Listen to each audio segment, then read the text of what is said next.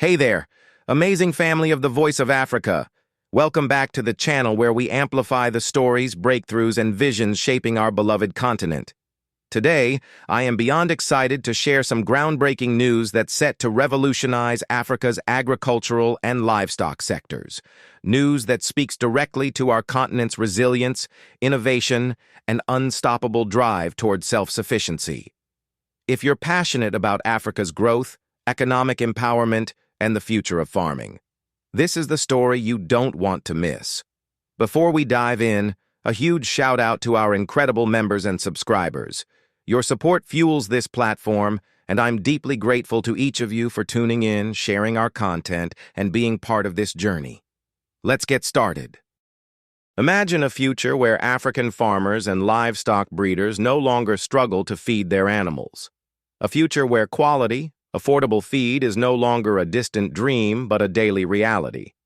A future where Africa's agropastoral sector isn't just surviving but thriving, competing globally and uplifting millions out of poverty.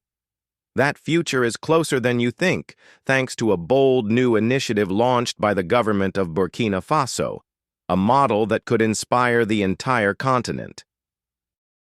Today marks the official operational launch of Faso Graou, name adjusted for context, a state-owned company established 5 months ago with one mission: to transform Africa's livestock sector by tackling its most critical challenge: animal feed.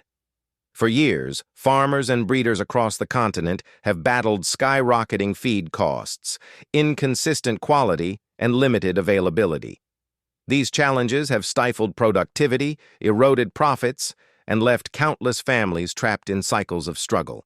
But as of today, Burkina Faso is rewriting that narrative, and the implications are monumental. Let me break it down for you. Why this matters: the heartbeat of Africa's livestock sector. Livestock farming isn't just an industry in Africa, it's a lifeline. From the cattle herders of the Sahel to the poultry farmers of West Africa and the fish farmers dotting our rivers and lakes, millions depend on this sector for food, income, and cultural identity.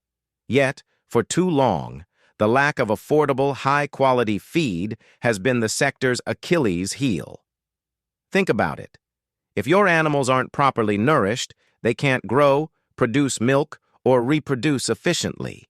It's like trying to run a factory without electricity. This is where Faso Graou steps in.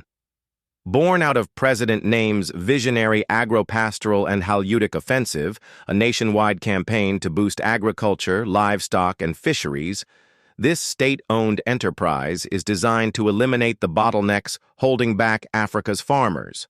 By producing and distributing affordable, nutrient-rich feed for cattle, poultry, and aquaculture, Faso Graou isn't just solving a problem. It's laying the foundation for a food-secure, economically vibrant Africa. The game changer: what Faso Graou brings to the table. Let's get into the specifics. During the launch ceremony, government officials highlighted 3 pillars of this initiative: accessibility, affordability, and scalability. Here's how it works. Quality feed, made in Africa. No more relying on expensive imports or inconsistent local suppliers. Faso Graou's production lines are already churning out 100 tons of feed daily, tailored to meet the nutritional needs of cattle, poultry, and fish. And here's the kicker: they're rolling out a new 50-ton-per-day production line dedicated solely to aquaculture. This means fish farmers, often overlooked in the feed industry, will finally have access to specialized, cost-effective options. Prices that empower, not exploit. Let's talk numbers.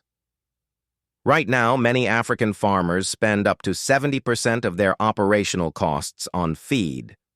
Faso Graou is flipping the script by offering feeds at studied prices, a strategic pricing model that balances sustainability for producers and affordability for farmers. This isn't charity, it's smart economics. When farmers save on feed, they can reinvest in their businesses, expand their herds, and ultimately drive economic growth. Nationwide reach. With plans to open new production units in Bobo-Dioulasso and Bagre, Faso Graou is ensuring no farmer is left behind. These expansions will decentralize production, reduce transportation costs, and create jobs, ripple effects that uplift entire communities. But here's what truly excites me. This isn't just about feed, it's about dignity. It's about telling African farmers, we see you, we value you, and we're investing in your success.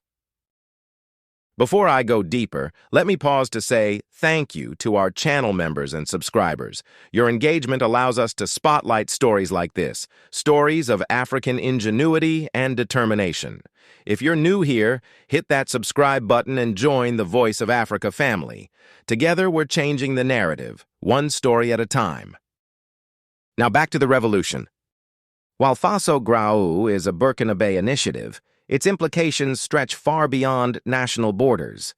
Africa's livestock sector contributes nearly 30% of agricultural GDP across the continent, yet it remains undervalued and underfunded. By proving that state-led farmer-centric models can work, Burkina Faso is lighting a path for others to follow. Imagine if Nigeria's poultry farmers, Kenya's dairy producers, or Zambia's aquaculture hubs adopted similar frameworks. The potential for continental transformation is staggering. Let's put a face to this policy. Meet Aissata, a poultry farmer in Ouagadougou. For years, she's watched her profits shrink as feed prices climbed. Some months, she couldn't afford to feed her chickens, leading to losses that pushed her family deeper into poverty. With Faso Graou, Aissata now accesses affordable feed year-round. Her hens are healthier, her egg production has doubled, and her children are back in school. Or take Mamadou, a cattle herder in the arid north. Droughts and feed shortages once forced him to sell his cows at rock-bottom prices. Today, Faso Graou's reliable supply chain lets him sustain his herd through dry seasons, preserving his livelihood and heritage. These aren't hypotheticals. They're the future Burkina Faso is building. And if this model scales, millions of Aissatas and Mamadous across Africa could write similar stories. Of course, no revolution comes without hurdles. Critics argue that state-owned enterprises can be inefficient or prone to mismanagement. Others question whether Faso Graou can maintain quality while keeping prices low. But here's the counter-argument. Burkina Faso isn't going it alone. The government has partnered with local agronomists, veterinarians, and private sector players to ensure expertise guides every decision. Moreover, the company's phased rollout, starting with existing infrastructure and gradually expanding, shows a commitment to learning and adapting. As the CEO emphasized, this isn't a quick fix, it's a long-term investment in our people. So what does this mean for you, dear viewer? Whether you're a farmer, entrepreneur, or simply an African rooting for our continent's rise, this story is a call to action. Support local agriculture. Advocate for policies that prioritize self-sufficiency. And most importantly, believe in Africa's potential. To our members and subscribers, your voice matters. Share this video with someone who needs to hear it. Let's spark conversations in our communities about how to replicate this model. And to our leaders across Africa, take notes. Burkina Faso is proving that with vision, collaboration, and political will, we can solve even the toughest challenges. As I wrap up, I'm filled with hope. Hope because initiatives like Faso Graou remind us that Africa's solutions are within reach. We just need the courage to implement them. Hope because every time we invest in our farmers, we invest in our future. And hope because on this channel, you are part of the movement demanding better for our continent. Thank you from the bottom of my heart for watching. If you enjoyed this video, smash the like button, subscribe, and ring that notification bell so you never miss an update. Got thoughts or questions? Drop them in the comments. I read every single one. Until next time, keep believing in Africa. This is the Voice of Africa signing off. Stay empowered, stay inspired, and keep rising.